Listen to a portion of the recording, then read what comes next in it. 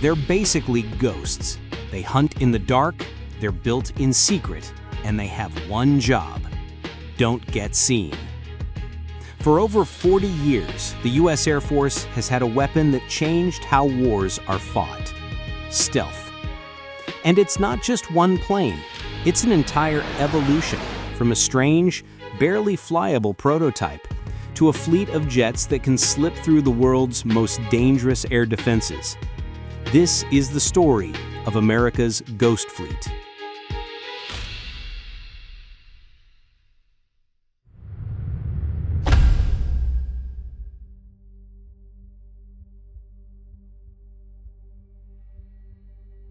All right, let's start back in the Cold War.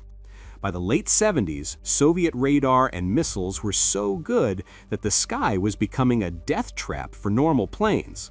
America needed a different way to do things, a way to strike without being seen. And that idea started to come together inside Lockheed's Skunk Works. The solution they came up with was pretty wild. Instead of smooth curves, they built a jet covered in flat, jagged panels. It honestly looked more like a science project than a plane. But here's the thing: radar waves didn't bounce back, they just scattered away. And the result was the world's first real stealth jet, the F-117 Nighthawk. They nicknamed it the Hopeless Diamond. It was so unstable that pilots said flying it was like trying to wrestle a refrigerator. The only thing keeping it in the air was a computer making constant adjustments every single second.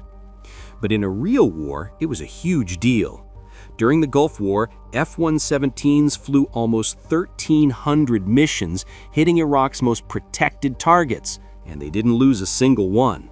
The legend of the invisible jet was born, even though one did get shot down later in Yugoslavia.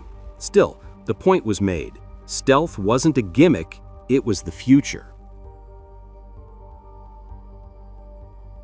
So the F-117 proved stealth was possible. The B-2 Spirit showed just how powerful it could be. By the late 80s, computers were way better, so designers didn't need those clunky flat panels anymore. The B-2 was different. It was just a smooth, clean, flying wing. Its smooth shape and special radar-absorbing materials made it nearly invisible from every angle. And it could fly for a really, really long time. We're talking a two-person crew and a 6,000-mile range without refueling. That meant a B-2 could take off from Missouri, hit any target on the planet, and fly all the way home. In the Kosovo War, B-2s flew straight from the US and took out about a third of Serbia's key targets all by themselves. That's why the B-2 became the plane you send in first to kick the door down before anyone else goes in. But stealth wasn't just for bombers. The next step was to mix it with speed and agility. And that's where the F-22 Raptor came in. It was the first true stealth fighter. It has the radar signature of a marble, can fly supersonic without its afterburners, and can outturn anything in the sky. Its job is to own the sky, period. Then came the F-35 Lightning II. If the F-22 is the sword, then the F-35 is the network. It's not just a fighter, it's a flying computer. Its real strength is information. The F-35 grabs data from its radar, its sensors, and its cameras, puts it all together, and shares it with everyone else. Other jets, ships, even guys on the ground. So the F-35 doesn't just fight, it makes the whole team around it smarter. Together, the F-22 and F-35 are a team. One controls the sky, the other connects the whole battlefield.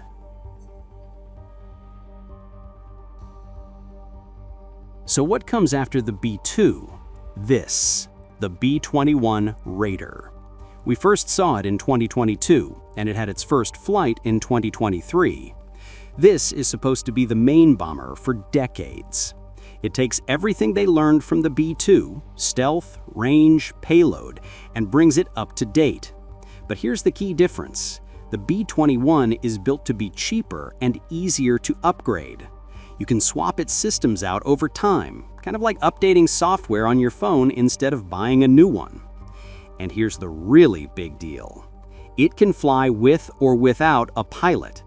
That means it can go deep into enemy territory, or it can fly as a drone if the mission is just too dangerous for a person. The B-21 isn't just another bomber. It's a sign of where all of this is heading. But not every stealth aircraft carries bombs. Some of the most secret ones don't even have pilots. Take the RQ-170 Sentinel. It's the stealth drone that spied on Osama bin Laden's compound during the raid. Its job wasn't to attack, but to just sit there and silently watch one of the most protected targets on Earth. And then there's the one the Air Force still barely talks about, the RQ-180. People think it's a big, long-range spy drone designed to slip past the best air defenses, fly for hours at high altitude, and just soak up information. It might be flying right now, quietly changing how spying is done in the most dangerous places on Earth. So when you look at all of them, from the awkward F-117 to the new B-21, you can see a clear evolution. These jets started as weird one-job machines. Now they're all part of a ghost fleet, bombers, fighters, and drones that work together. And here's the real secret. Stealth isn't just about being invisible anymore. It's about information. It's about seeing the other guy, hitting first, and controlling the fight before they even know you're there. That's how the Air Force plans to stay ahead, with a ghost fleet built not just to fight wars, but to control them. So what do you think is the most impressive stealth plane ever built? And what's next for unmanned stealth drones? Let us know in the comments. And if you want more videos explaining military tech, make sure to subscribe to Policy Pulse.